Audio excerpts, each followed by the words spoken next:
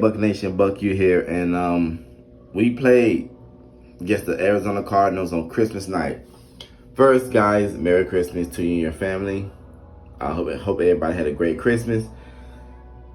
And let's get started. So we playing against the Arizona Cardinals, and I was a little worried coming into this game because no Kyler Murray, but we struggle against backup quarterbacks. I don't know if it's no lack of game film or whatever, but we always struggle against backup quarterbacks. The Panthers backup quarterback. The Saints against Andy Dalton, we used to struggle against second and third string players. So even the 49ers game that we got destroyed by Brock Purdy. So I was a little worried. So let's just get into the game, okay? So at the first quarter, so the Cardinals, they fumble.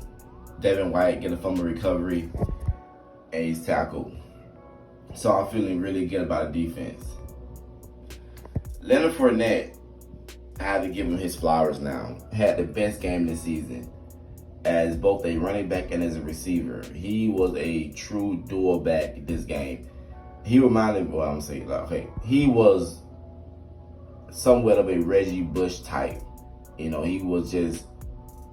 was better receiver than running back, but he still did his thing. So kudos to Leonard Fournette. But as quick as I give him his flowers, I have to take him away because on short down convergence, he struggled. He will always get stuffed on 3rd and 1 or 4th and 1, etc., etc. He will always just get stopped in the backfield. When I said that we struggle against backup quarterbacks, not only just backup quarterbacks, we struggle against backup receivers. D-Hop was very, very quiet today. And the Cardinals had to find other weapons, and the first one was Dortch. And he was the best player on the team tonight besides James Conner. D-Hop was quiet. Hollywood Brown had some catches here and there, but Dortch was the guy. Leonard Fournette again was a man possessed. He was just running all over the field. He was a madman, and he really wanted to prove that he deserved to be a starter, and he deserved to get the money that he got. And that's good for going to the playoffs, that he can get his confidence back. So second quarter, Brady hit Chris Godwin, and I kind of like Brady and Chris Godwin these short passes because it seems Godwin can just be a playmaker and he can do his own thing and he can get first down. So I like that concept of Brady and Godwin, that connection they have together.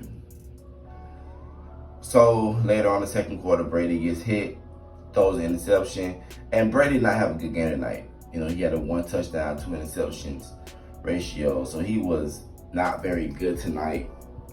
And it was just one game that he was not good, so we had to get it together.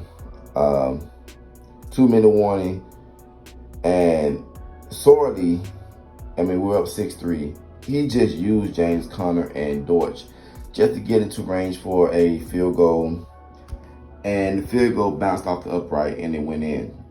And for some reason, watching that kick, it gave me flashbacks to the Colts and Buccaneers game after our Super Bowl in 2002 with Mike Vanderjagt kicked the game with the field goal when we was up like 28-7, and then Peyton Manning did Peyton Manning things to us. And then Mike Vanderjagt beat us overtime. That kick just gave me some PSD flashbacks. Brady finds Chris Godwin first down. But a couple seconds later, Brady throws his second interception to Marco Wilson. And I'm thinking Brady at this point is done. But Marco Wilson, if you had to be him, if you was just in his shoes, he's playing on Christmas Day against the GOAT. He got 2 interceptions. Even win or lose, I'm sure he's just happy. He got him 2 Christmas gifts in one game. So I'm sure this was just the best time of his life, intercepting Tom Brady twice. 34 seconds into the third quarter, but Sorley finds Hollywood Brown. And I'm sorry, but I like Hollywood Brown. And I every time I see Hollywood Brown, I think of the game against the Dolphins that he had a couple years ago when he was a Raven, when he just exploded. It was his rookie season. He just exploded. And I always hope that Hollywood Brown could return to that guy, but he has been very average, or even below average, if you want to say. But it didn't go nowhere. Cardinals up 9-6 after field goal. We do a punt. Cardinals get a big chunk out of it. And that, unfortunately, led to a James Conner touchdown run, put Arizona up 16-6 in the fourth quarter, under 11 minutes. So now I'm getting worried now. Brady finds Leonard Fournette for a big chunk play, which led to finally on the scoreboard for a touchdown. Brady to Rachaad White for his second receiving touchdown. Now, Rachaad White played at Arizona State. They're playing Arizona. So it's kind of a somewhat homecoming for him. And it was his second receiving touchdown. His first receiving touchdown was a game winner. And I think it was against the Rams or the Saints. I forgot. But his first one was a game winner, and then he got another one here to cut it at 13-6. There was a big run by James Conner. And then later on, a couple minutes into the drive, James Conner muffed the handoff. Sort of what Leonard Fournette did against the Bengals when we just had that horrible quarter against the Bengals in the third quarter. And William Golston recovered the fumble.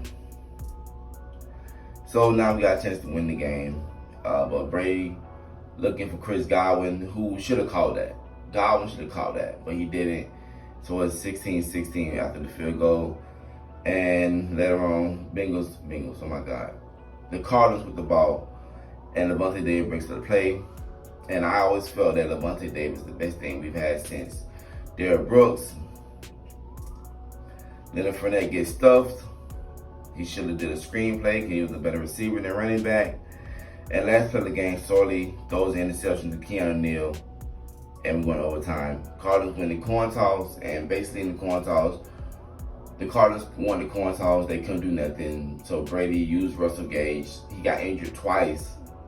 And led to a game-winning field goal. And we won in 19-16. And we're just trying to just clinch the division and get some kind of home field advantage to the playoffs. But good win for the Bucs, and let's keep it going against the Panthers.